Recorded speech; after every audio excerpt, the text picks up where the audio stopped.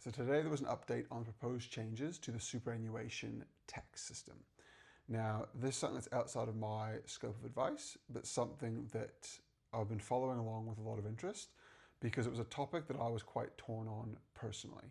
Now, for those of you who don't know, effectively the government proposed changes to the superannuation tax system that meant that if you had over $3 million in your superannuation, you would no longer receive the same tax benefits and you'd start to be taxed at a higher rate. Now, for me, at a high level, I actually supported that idea. A lot of people forget that superannuation wasn't designed as a tax break for wealthy people.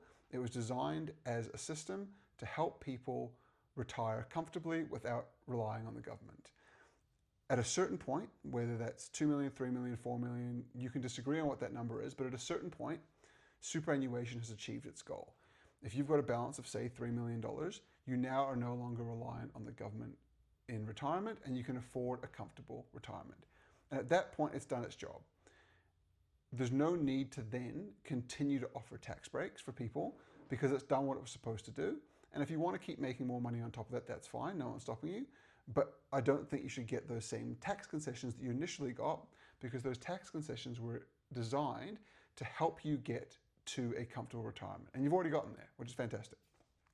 However, there were critics of the change, which I found myself agreeing with. The three main critiques were, one, that the taxes were on unrealized gains. So what that meant is if you had a property or a farm or something else that was a large singular asset that grew in value, if you bought a property for $2 million and over your working life that grew to, say, $4 million, you would need to pay tax on the growth in value over $3 million.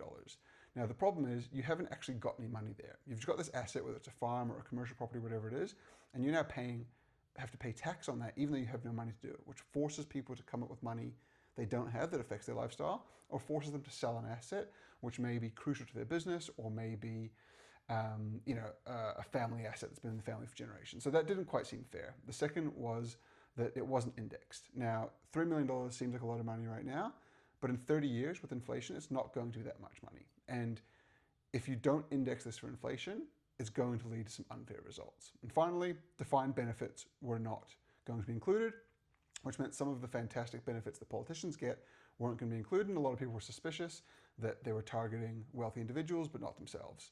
The good news is all three of those have been removed.